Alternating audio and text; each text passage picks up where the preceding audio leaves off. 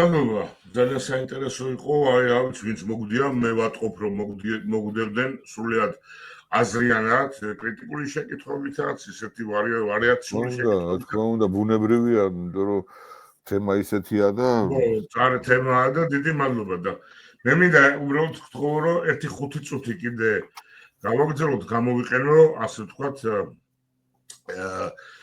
ჩვენთვის და შენი აზრი მაინტერესებს და ეს ხანერად გავშალოთ ეს 5 წუთი თან ილუსტრაციებს გაჩვენებ რა. ყველაფერი ამასთან რაც დათხოვა.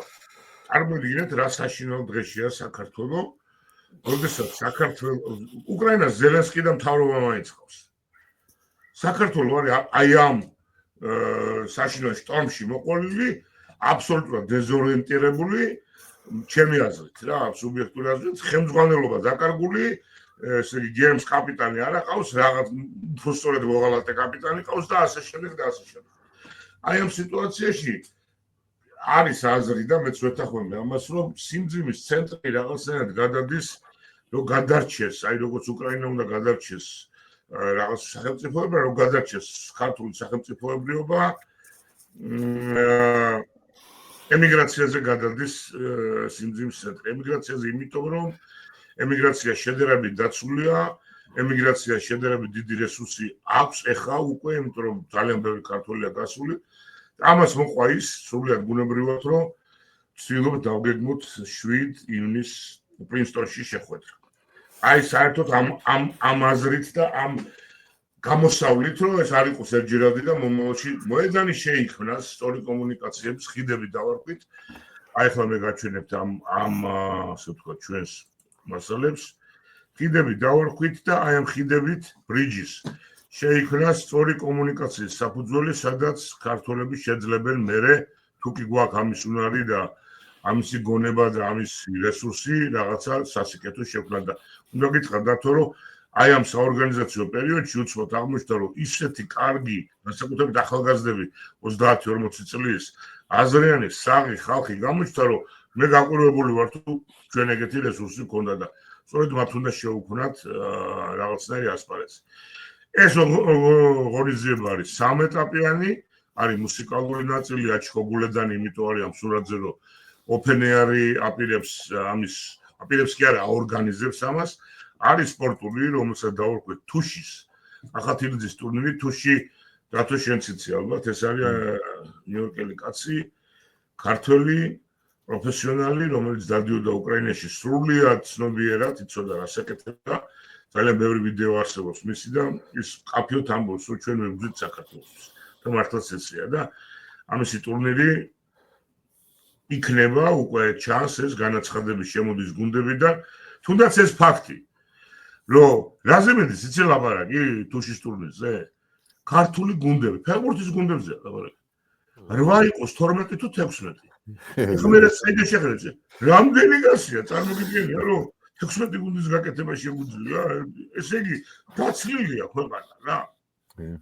და აქვე არის მე ესას სამსჯელო სადისკუსიო პანელები, აი იო მეურმიშვილი, ინგლისურენოვან პანელზე, ზურა ვარდიაშვილი მედია პანელზე, ანა ცხოვრებობა იქ გვინდა ბიზნესში შევკრიბოთ და კიდევ სულ 10 პანელამდე და განათლება, მან არის ქართულ ამერიკული ურთიერთობები, ასევე გიორგი ლაბაძე არის ჩვენი chief coordinator, ახალგაზრდა კაცი, დოქტორი, ამერიკელ ცოდნე, ასე ვთქვათ, რომელიც უკვე წარადგინა ანა ცხოვრებობა და მე ვფიქრობ ესე რომ აი მაგალითად დათო შენერმა ადამიანებმა უნდა მიიღონ ამ ღონისძიებაში მონაწილეობა, იმიტომ რომ ერთმანეთი დავინახოთ, ხელი ჩამოვართვათ, გავიცნოთ, შევხედოთ ვინა ვართ და რა თქმა ვაჩვენოთ ამერიკელებს, რომ ჩვენ ვართ ცოტა სხვანაირი ხალხი რა, ესა ვართ, ეს შეგვიძლია, ეს ემსჯელობა შეგვიძლია და ეს სულ რო არის ძებნა რომ აბა ვის ველაპარაკოთ, აი ამ ხალხმა შეხვდას ის წარმომადგენლობა, რომ მე მაგალითად ის იქნება ვიღაც დიპლომატი თუ ვიღაც ქართული წარმომადგენელი, ელაპარაკონ ამ ხალხის ზურგით ამერიკის წარმომადგენლებს.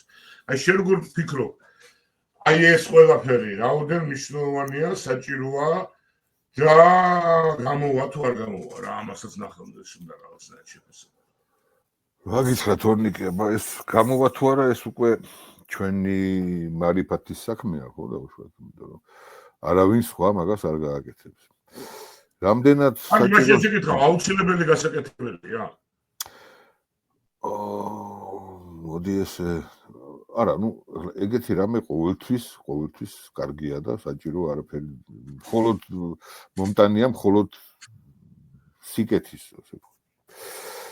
არის ერთი საშიშროება, როგორც ყველა ჩვენ წამოწყებას. თავარია არ დაჩეს ეს ისე ვთქვათ ღონისძიებისთვის. თუ ამ ღონისძიებას გაგრძელება კონდეს სრულად ხელშესახები.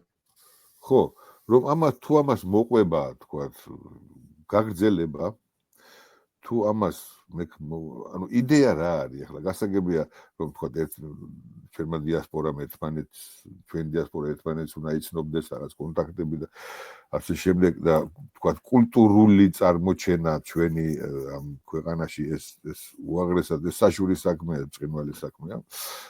მაგრამ მე ამ შემთხვევაში შეიძლება ლომარობის შეწინააღმდეგება რომ დასავლეთიდან წყვეტს ფაქტურად დღევანდელი ხელისუფლება და ამას რაღაც ჯებირები უნდა დაუდგათ სერიოზულად, ხო? კი ბატონო. და აი სწორედ მაგაზე მინდოდა მე თქვა, ანუ ამ შემთხვევაში თქვა მინდა პოლიტიკური თვალსაზრისით, ხო, ამას